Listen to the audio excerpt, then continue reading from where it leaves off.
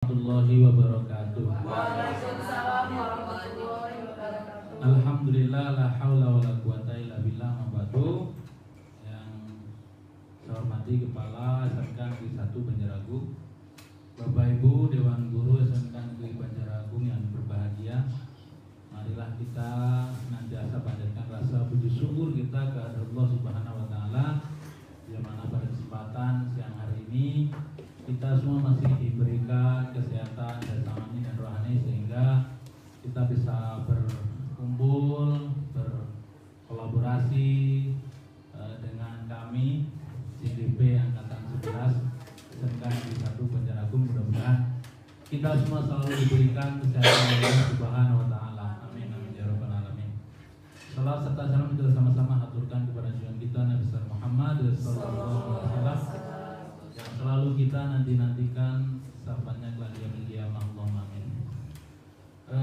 Bapak Ibu semuanya yang saya hormati, tentunya kita bersama-sama di ruangan ini, di kantor ini ada niatan dan tujuan yang baik menurut kami dari CGP Angkatan 11 ini. Saya Agus Herianto dengan Bu Fevi Octavia untuk menyampaikan diseminasi budaya positif. Kadang-kadang kita ini belum tahu bahasanya. Sebenarnya kegiatan-kegiatan yang sudah kita lakukan itu sudah termasuk diseminasi budaya positif. Diseminasi itu apa? Sebenarnya ini bahasa yang kekinian lah menurut saya. Kalau dulu-dulu kan jarang lah mendengar saya seperti ini. Diseminasi ini bahasanya penyebaran atau kita berbagi upaya sistematis nilai-nilai yang atau norma-norma budaya positif yang dilakukan di sekolah. Tentunya banyak yang sudah kita lakukan, cuman kita nanti lebih disampaikan lebih lebih konkretnya yang akan disampaikan oleh Ibu Fevi untuk materi pertama. Kepada Ibu Fevi dipersilakan. Baik, terima kasih Pak Agus. Assalamualaikum warahmatullahi wabarakatuh. Waalaikumsalam warahmatullahi wabarakatuh. Terima kasih kepada rekan-rekan semua yang berkenan hadir pada acara kami di diseminasi budaya positif. Sebelum kita masuk materi, gimana kalau kita games dulu? Gimana Bapak Ibu? Oke. Ya, karena udah siang, tadi kayaknya mulai ngantuk ya. Nah, saya games ini karena siang-siang kayaknya enaknya bayanginnya makanan. Iya. Ya. Minuman juga boleh. Solo. Jadi saya kita pernah pesan GoFood Pak ya? Pernah ya? Pernah. Nah, saya ini pengen beli siang-siang ini enaknya kayaknya makan ayam geprek lah ya. Kita kan paling suka geprek ya. Nah, saya akan kirimkan ayam geprek ke misalkan ke Bu Siska. Ayam geprek itu huruf akhirnya apa? K. Nah, nanti Bu Siska akan menyambut saya. Terima kasih Bu Fevi, ayam gepreknya enak sekali. Baik, saya akan mengirimkan K kan berarti tadi ya. K berarti makanan apa yang hurufnya depannya K atau minuman juga boleh. Ya, kirimkan sampai ke semua Bapak Ibu di sini dapat semua makanannya. Ya. Selain berbagi praktik baik dan juga berbagi makanan dan minuman. Oke Bu Siska? Bapak Ibu semua? Oke ya. Oke, siang-siang ini hari Senin di Tridharma ini kan pasaran ya. Saya biasanya belinya itu es cendol ya, kayak seger banget tuh minum es cendol di siang-siang hari. Saya akan kirimkan es cendol saya ke Bu Sita. Silakan Bu Sita. Es cendol. Terima kasih Bu Fevi atas kiriman es cendolnya. Kemudian saya akan mengirimkan Miss Firda lontong sayur. Oke, lontong sayur. Silakan Miss Firda. Ya, jadi siang-siang gini makan lontong sayur tuh pas banget Bu. Tapi lebih enak lagi jika ditambah dengan buah rambutan. Dikirim ke Mau dikirim ke siapa? Ya, rambutan itu kan panen banyak, jadi akan mengirim rambutan ke Bu Ati. Terima kasih, saya suka sekali rambutan. Nah, kalau tadi ada es cendol, kemudian ada lontong sayur, sekarang ada rambutan. Ya, terima kasih rambutannya. Saya mungkin setelah dikirim rambutan, saya akan berbagi ke Pak Asnawi itu 6 kadak. Kan dia suka ada rambutan.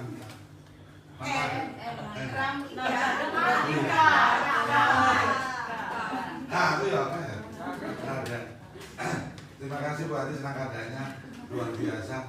Enak tenanan. Sehingga saya sebagai orang yang berjiwa sosial baik hati akan saya limpahkan lagi. Kasih ketoprak buat Gus Ahmad. Silakan Gus Ahmad. Ketoprak berarti ujungnya apa? Enggak lagi. Kiriman ketopraknya Pak Asnawi. lebih enak lagi. Kirim ke Bu Rika dia.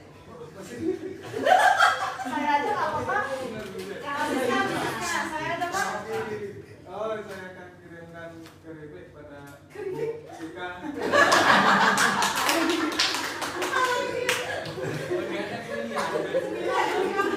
Aduh, memang benar-benar ini Pak Ahmad, tolong aja, saya suka ngemil. Makasih ya Pak ya, keripiknya ya Pak.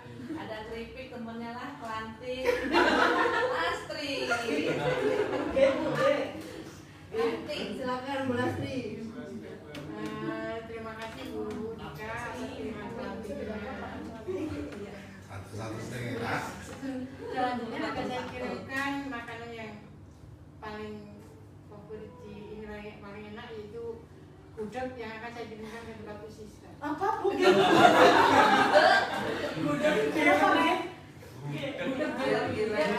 Oh ya, terima kasih Bu Sulastri sudah mengirim gudeg walaupun saya tidak pernah mencoba gudeg. Ya, pertama kali. Oh ya, lebih enak lagi kayaknya gudeg dicocol gemblong Bu.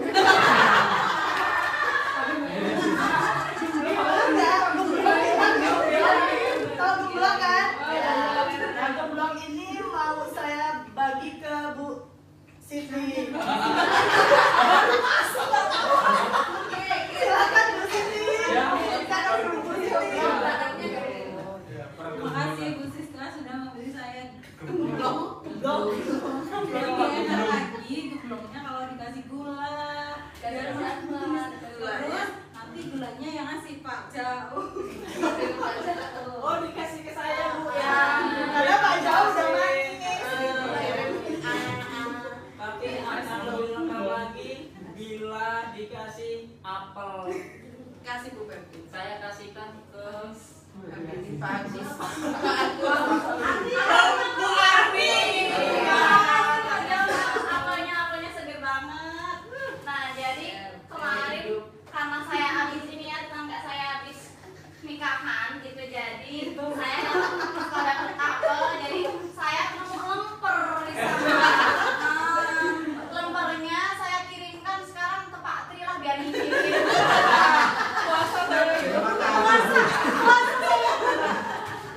Tapi lempernya nanti saya pakai buat buka puasa aja. Saya mau kasih R. aja ya. Saya kirimkan ke Pak Agus lagi.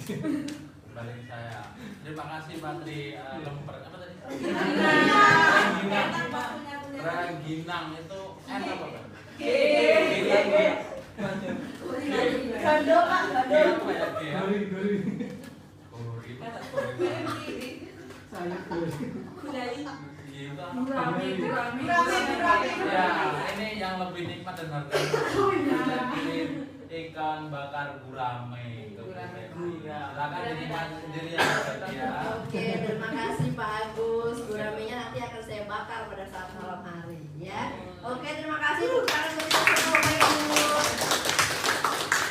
Luar biasa Pak, walaupun ini siang tapi Bapak teman-teman kita ini fokus semua Mas ya. Walaupun tadi ada agak ngeblank sih G, K belakangnya apa makanan ya. Ya siang-siang suruh menghayal makanan. Oke nggak apa-apa. Sekarang kita masuk ke materi ya Bapak Ibu.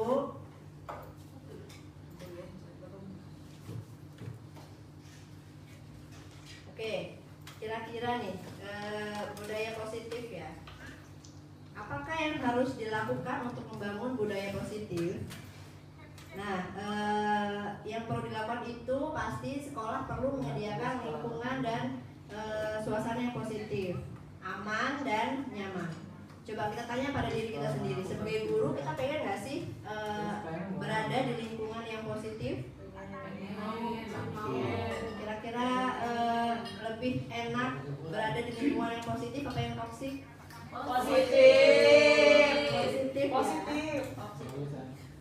Oke, dengan kita melakukan budaya positif, insya Allah anak-anak kita, murid-murid kita pun juga akan berdampak gitu. Kitanya nyaman, aman, kemudian anak-anak kita juga ketika belajar mereka juga merasa nyaman, ya. Selanjutnya. Oke, konsep utama budaya positif itu ada perubahan paradigma belajar, kemudian ada disiplin positif dan nilai-nilai kebajikan universal, teori motivasi, hukuman, penghargaan dan restitusi, keyakinan kelas, kebutuhan dasar manusia dan dunia berkualitas, restitusi, ada 5 posisi kontrol dan restitusi, nanti ada segitiga restitusi. Nah, karena banyak banget materinya, nanti ini akan dibagi menjadi 2 bagian yang akan dijelaskan oleh saya dan Pak Agus. Kira-kira dari materi ini, apa yang paling menarik menurut Bapak Ibu yang akan kita kulik hari ini? 1 sampai 7. Dari 1 sampai 7. Apa bahasanya kok susah dimengerti? 5 posisi kontrol. Kontrol ya. Restitusi Bu. Restitusi itu apa ya? Kebutuhan dasar manusia Bu. Kebutuhan dasar manusia. Oke, nanti kita akan bahas satu-satu. Yang pertama kita bahas dulu tentang paradigma belajar. Ya, ternyata kita ini semakin kesini dari tahun ke tahun ya, semakin berbeda zaman. Pasti beda juga cara belajar kita dan cara mendidik anak-anak kita, benar nggak? Ya, pembelajaran paradigma baru yaitu pengajaran sesuai dengan tingkat kemampuan, yaitu pendekatan belajar yang berpusat pada peserta didik berdasarkan tingkat kemampuan mereka. Nah, ini dirancang berdasarkan prinsip pembelajaran yang terdiferensiasi. Terdiferensiasi itu apa sih? Ya, maksudnya kita itu mengajar itu melihat siswa itu atau murid berdasarkan kemampuan mereka atau latar belakang mereka, ya. Jadi kita nggak boleh baiknya kita melihat dulu nih anak ini nih karakternya gimana sih, baru kita mau penanganannya gimana, gitu ya. Seperti halnya kita pun tidak mau disamain sama orang lain, bener nggak? Ya, karena ternyata manusia itu kan unik ya. Kita punya karakter masing-masing, ya. Nah, sehingga setiap siswa belajar sesuai dengan kebutuhan dari tahap perkembangannya untuk mewujudkan profil pelajar Pancasila. Ya, nanti kita bahas juga profil pelajar Pancasila sebagai upaya review ya. Ada berapa sih profil pelajar Pancasila? Oke, pembelajaran paradigma baru ini berorientasi pada penguatan kompetensi dan pengembangan karakter yang sesuai dengan nilai-nilai Pancasila, yang memastikan praktik pembelajaran ini berpusat pada murid. Coba kita evaluasi Bapak Ibu. Sekarang ini kita kalau ngajar, lebih banyak kita yang menjelasin atau anak-anak yang kerja kelompok? Kita yang menjelaskan ya. Capek nggak sih? Capek. Melelahkan ya. Waktunya 45 menit dikali 2 jam misalkan, ya. Kalau yang dapat 3 jam kayak PJOK 3 jam kan ya? Ya. Nah, coba bayangkan kalau kita ngejelasin sesuai dengan textbook gitu, apa nggak capek? banyak sekali energi kita yang terkuras. Dan belum tentu anak-anak juga paham, ya kan?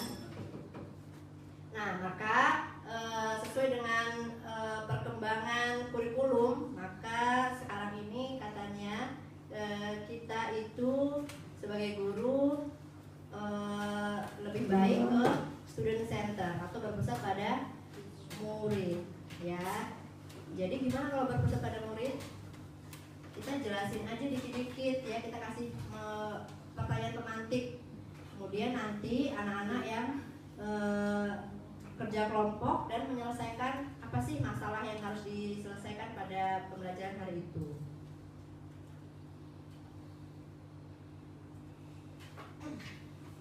Oke, contoh kelas yang menerapkan pembelajaran berdiferensiasi adalah ketika proses pembelajaran guru menggunakan beragam cara agar murid dapat mengeksploitasi isi kurikulum. Guru juga memberikan beragam kegiatan yang masuk akal, sehingga murid dapat mengerti dan memiliki informasi atau ide. Serta guru memberikan beragam pilihan di mana murid dapat mendemonstrasikan apa yang mereka pelajari. Nah, kalau yang tadi yang sudah menerapkan pembelajaran berdiferensiasi, kalau yang ini nih yang belum. Nah, coba kembali ke kita, apakah kita sebenarnya sudah menerapkan ini atau belum?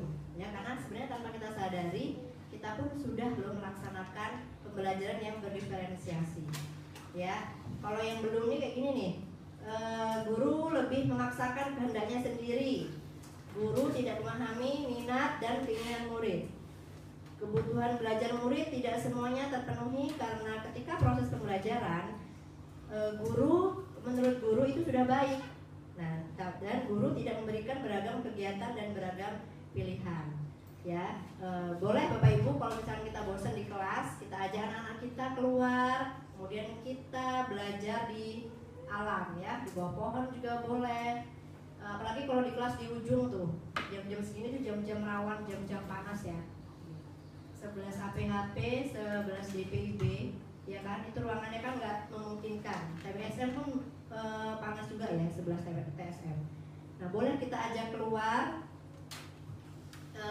cari tempat yang teduh dan kita belajar di situ, ya Bapak Ibu. Nah, oke, kemudian materi selanjutnya itu disiplin positif. Kira-kira kalau menurut Bapak Ibu disiplin itu apa sih? Disiplin. Kira-kira kalau mendengar kata disiplin itu apa? Patuh. Terus? Rajin. Rajin. Konsisten. Tepat waktu. Itu. Nah, mungkin sebagai teratur ya, sebagai anak murid nih, murid kita kadang setiap pagi kan selalu yang kita tekankan apa? Disiplin, kebersihan, benar nggak? Kadang-kadang saya sebagai guru sendiri itu kadang juga agak bosan gitu ya, dengarnya kata-kata disiplin, ya, karena pasti mereka merasa terkekang, ya kan? Disiplin lagi. Nah, coba Bapak Ibu alternatif lain kita ganti bahasanya menjadi budaya positif. Gitu. Jadi menghilangkan kata disiplin. Tetap tujuannya ke disiplin, cuma kita hanya mengganti kata-kata saja, ya, biar anak-anak itu tidak merasa terbebani gitu. Disiplin harus taat peraturan, ya. Coba nanti kita akan pelan-pelan merubah kata-kata kita, meminimalisir kata-kata disiplin, ya. Nah, benar tadi Bapak Ibu jawabannya. Ada kaitannya disiplin dengan peraturan, teratur, patuh, ya. Nah, sering juga dihubungkan dengan ujungnya dari disiplin apa? Kalau nggak disiplin berarti kamu harus ada sanksi atau paling parah itu hukuman. Hukumannya apa kalau kita yang sudah kita terapkan ini? Menyapu, buang sampah, hormat bendera, terus push up, nggak apa-apa kalau misalkan itu push up waktu pelajaran olahraga gitu. Tapi kalau kita nih yang bukan guru olahraga, masa kita jangan push up juga? Kebetulan kita pun disuruh push up nggak mau ya. Nah jadi sebenarnya kita tidak harus membuat ujungnya disiplin itu. Kemudian kalau mereka tidak melakukan dihukum, ya tidak perlu Bapak Ibu sebenarnya. Cuma kita pelan-pelan belajar ya, karena kita sama-sama belajar. Jadi hukuman itu alternatif terakhir, dan kalau perlu nggak digunakan juga malah lebih bagus gitu kan. Nah, menurut Ki Hajar Dewantara, untuk mencapai kemerdekaan dalam konteks pendidikan, menciptakan murid yang merdeka, syarat utamanya harus ada disiplin yang kuat. Maksudnya disiplin yang kuat ini adalah disiplin diri, ya, yang diciptakan dari internal, ya, bukan karena orang lain. Selama ini kita nih sebagai guru takut berangkat telat karena pengen apa? Karena takut dimarahi kepala sekolah, dimarahi ibu kurikulum, atau ditegur guru piket, ya, atau kita takut nggak dapat pujian, ya, atau kita berangkat pagi karena pengen dilihat atau menjadi contoh buat siswa kita. Kita yang mana kira-kira Bapak Ibu? Semuanya. Semuanya nggak apa-apa. Saya paling ngomong di rumah. Yang mana Pak Tri?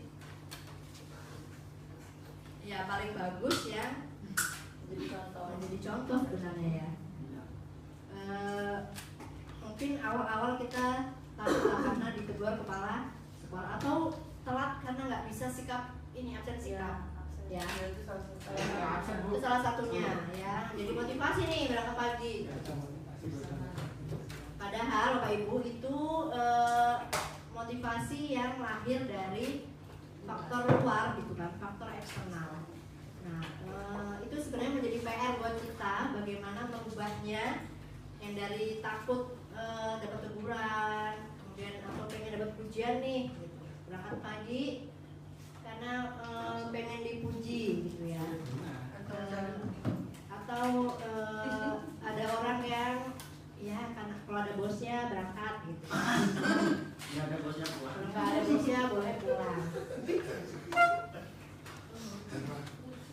Ya, mari kita ubah itu sama-sama, atau kita saling mengingatkan teman-teman kita yang sefrekuensi. Semoga nanti bisa menularkan juga nih ke teman-teman kita yang masih belum tersadar.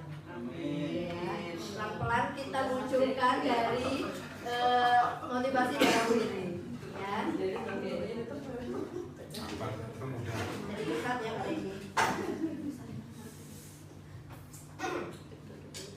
Nah, tujuannya untuk apa? Menumbuhkan kesadaran serta memberdayakan anak untuk melakukan sesuatu tanpa sogokan, ancaman maupun hukuman. Nah, kadang-kadang Bapak Ibu bener gak sih kalau kita minta tolong anak, nanti kita bilang nanti Ibu kasih sesuatu, itu kira-kira apa masuknya? Belajar untuk korupsi. Belajar untuk korupsi Pak? Untuk Sogokan ya? Bisa sering saya. Gratifikasi. Oke. Lagi rame ya. Itu termasuk motivasi loh, biar anak itu mengerjakan. Iya betul. Tapi kan nanti anak itu tuh kalau nggak kita kasih males, ya kan? Jadi minta terus Bapak Deki, mana Pak ini Pak nanti makan. Ya. Ujungnya kita yang tekor, bener kan? Tekor beliin es terus ya.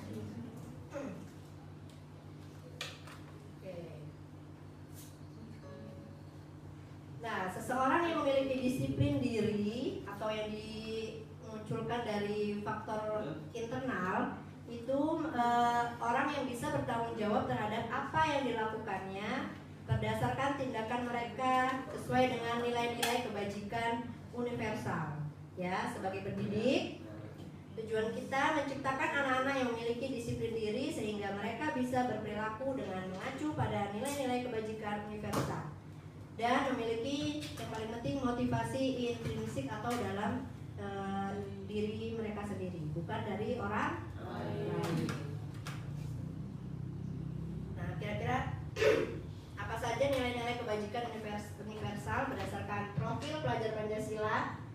Yang pertama, beriman, bertakwa kepada Tuhan Yang Maha Esa dan berakhlak mulia, mandiri, bernalar kritis, berkebinekaan global, bergotong royong, dan kreatif. Nah, ini kalau nggak salah sempet di-spill sama Mr. Jaul ya ketika jadi pembina apel, ya kan, menjalankan satu-satu tuh.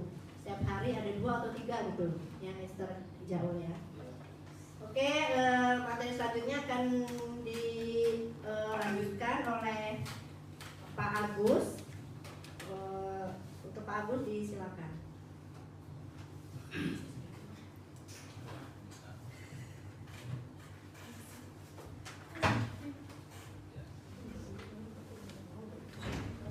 Oke, Bapak Ibu semuanya masih semangat ya Bapak Ibu ya. Semangat. Ya, dia apa ya? Fokus. Sepeda. Yang bisa jajal Bu Pepi ini, saya nggak bisa guyon. Kalau belum.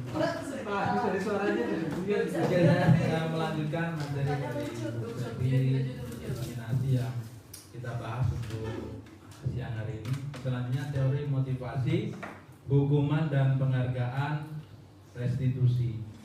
Sebagai seorang guru, saat Anda hadir mengajar di kelas tepat waktu, motivasi apakah yang mendasari tindakan Anda?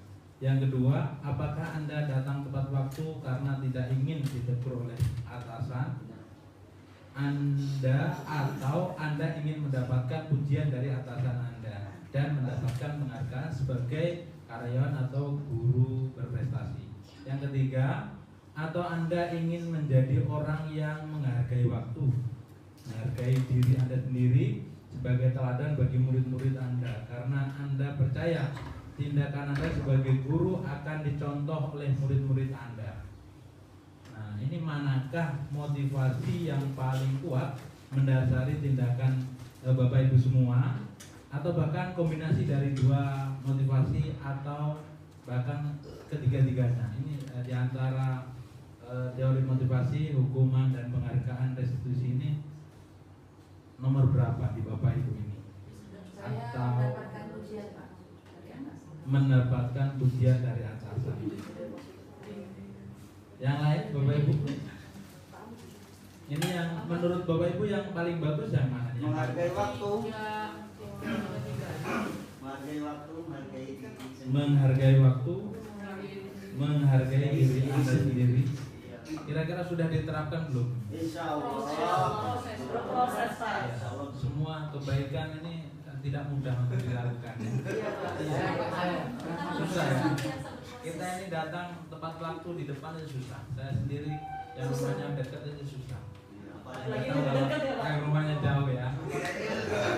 Padahal berdiri di depan itu ya sederhana sebenarnya. Kalau kita ucapkan, kita amati sederhana. Berdiri, nyala titik itu beserta didik Sapa masuk. senyum.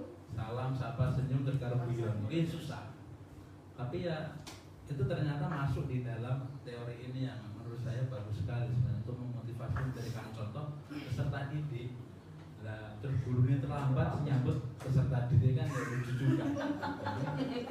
Saya kira ini bagus juga untuk bercermin ke kita sendiri. Saya kira saya menyampaikan ini kebetulan ini untuk semuanya, bukan untuk saya aja. Kebetulan saya belajar di sini dan ini penting buat sekolah kita, gitu ya Bapak Ibu ya.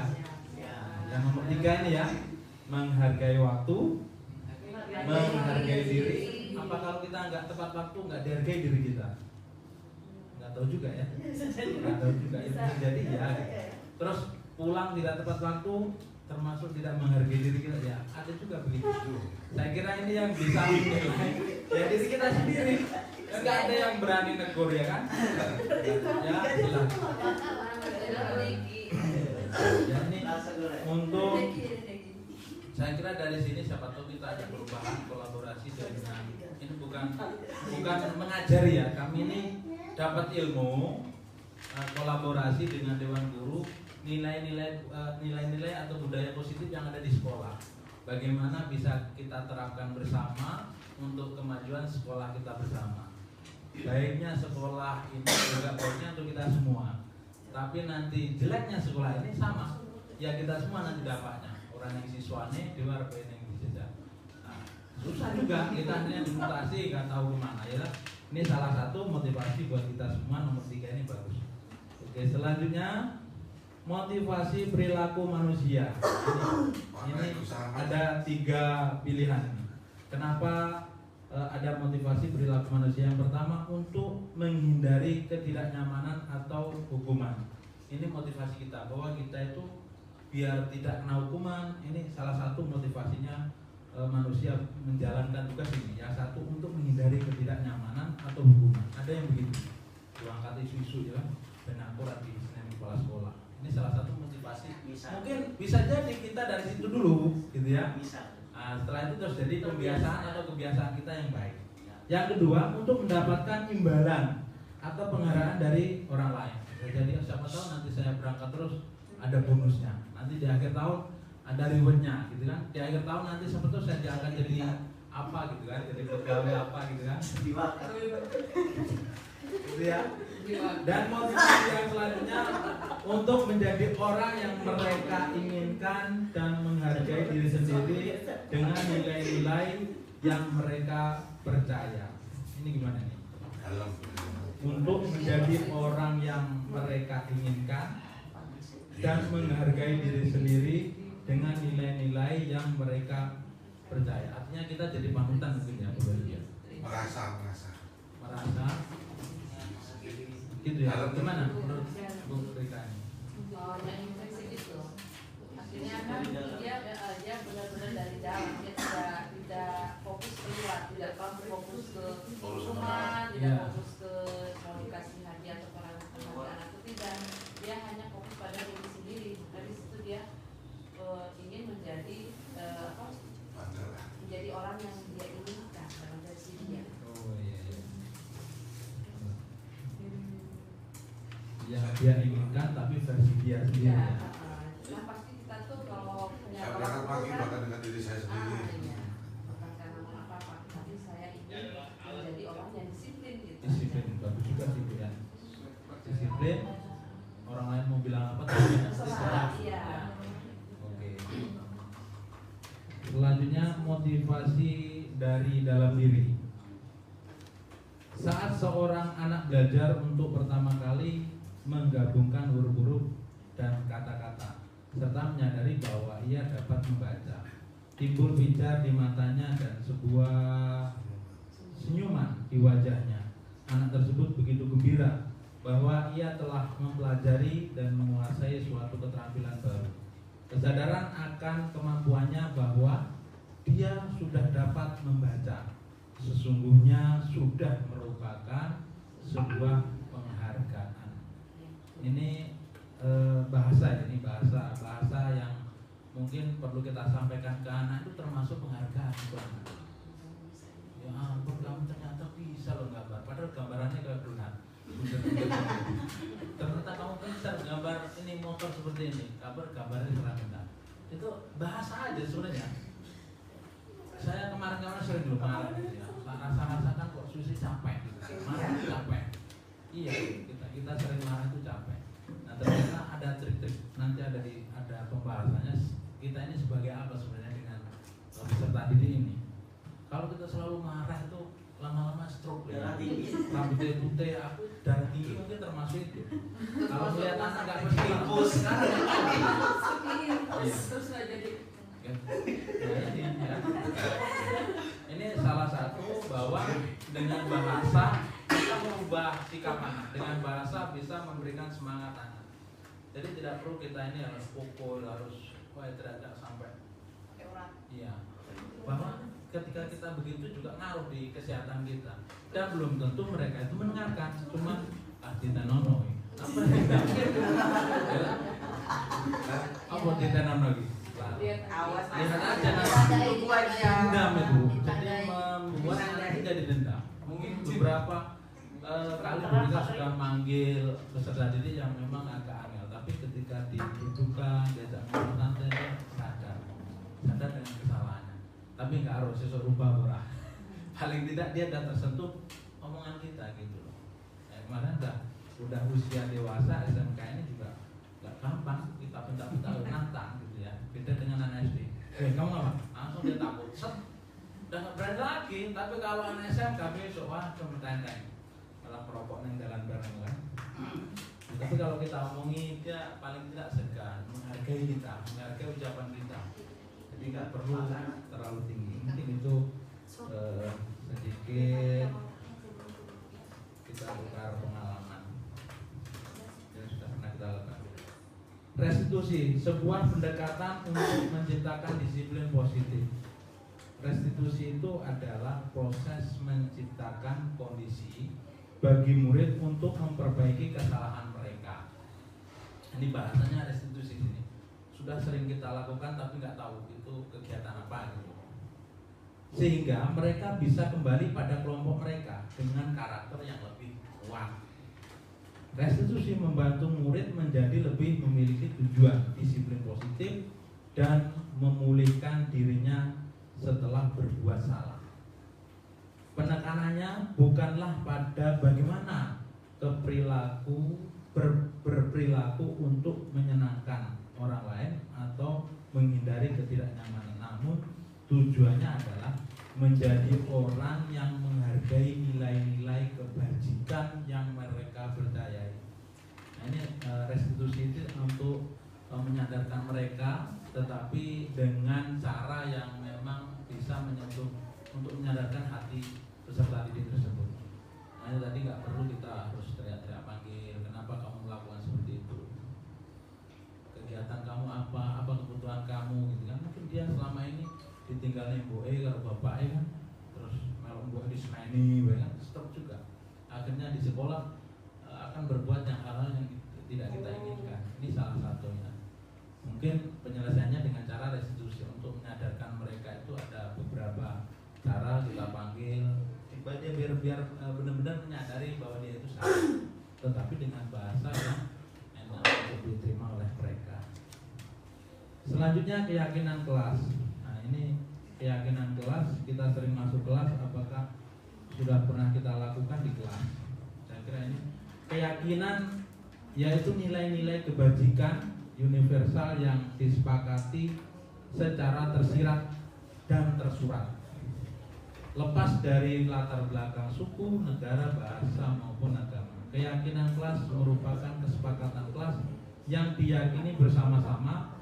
Dengan adanya keyakinan kelas diharapkan dapat meningkatkan kedisiplinan murid, yakni disiplin diri yang muncul dari dalam diri atau motivasi intrinsik, bukan paksaan dalam bentuk aturan dan sanksi.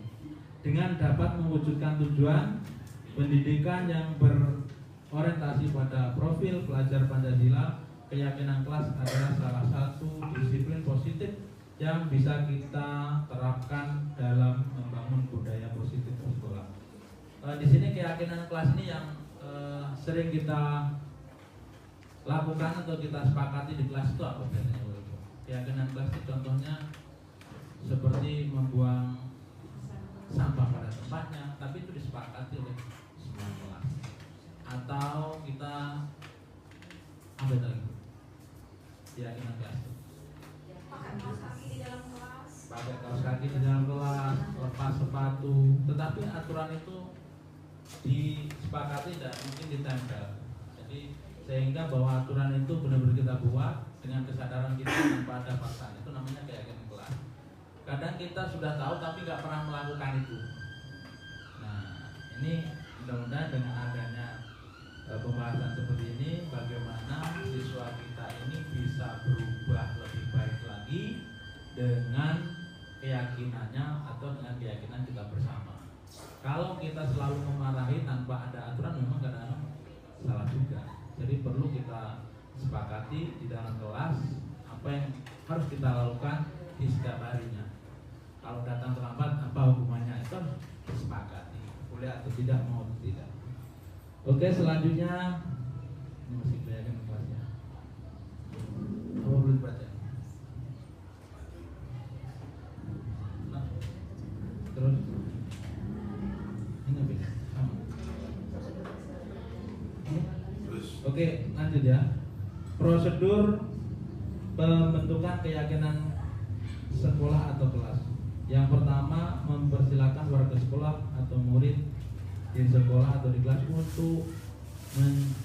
untuk bercurah pendapat tentang peraturan yang perlu disepakati di sekolah.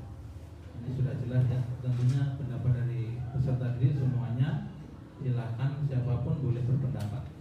Yang kedua, mencatat semua masukan-masukan para murid di papan tulis atau di kertas besar. Oke. Susunlah keyakinan kelas sesuai prosedur pembentukan keyakinan sekolah kelas. Gantilah kalimat-kalimat dalam bentuk negatif menjadi positif. Setelah keyakinan kelas selesai, tinjau kembali daftar curah pendapat yang sudah dicatat. Ya, perlu kita bacakan lagi untuk menyepakati aturan tersebut. Tinjau ulang keyakinan kelas secara bersama-sama. Setelah keyakinan kelas selesai, menandatangani keyakinan kelas tersebut termasuk guru dan semua warga murid atau murid. Ini artinya keyakinan kelas ini kesepakatan kita semua, ini biasanya dibuat oleh wali kelas dan peserta didiknya. Gitu. Kebutuhan dasar manusia di sini ada 5 kebutuhan dasar manusia. Yang pertama, kebutuhan bertahan hidup, ini jelas positif gitu ya. Setiap manusia perlu bertahan hidup walaupun ini suasananya panas, kita bagaimana caranya tetap sehat. Walaupun suaranya nggak ada pasti nggak ada, masih ngantuk kan. Kebutuhan kasih sayang, ini apalagi yang sudah tua aja membutuhkan kasih sayang. Saya kira nggak ada yang tidak membutuhkan kasih sayang, apalagi mantan baru ya, sangat perlu kasih sayang. Apalagi peserta didik kita perlu kasih sayang dari gurunya. Ya, siapa lagi kalau sudah keluar dari rumah pasti butuh kasih sayang pada guru, apalagi pengantin baru.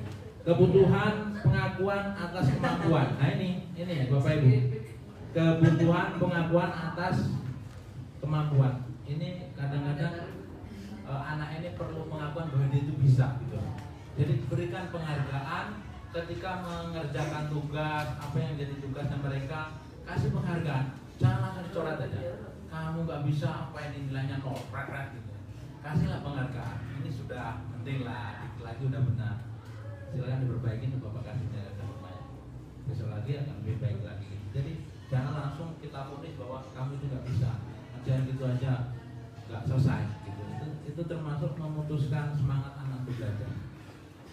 Kebutuhan atas kesenangan, ya kadang-kadang perlu hiburan. Jadi coba didikte terus ngajar, kesel ya hiburan gitu kan. Coba nyata terus ya walah gitu.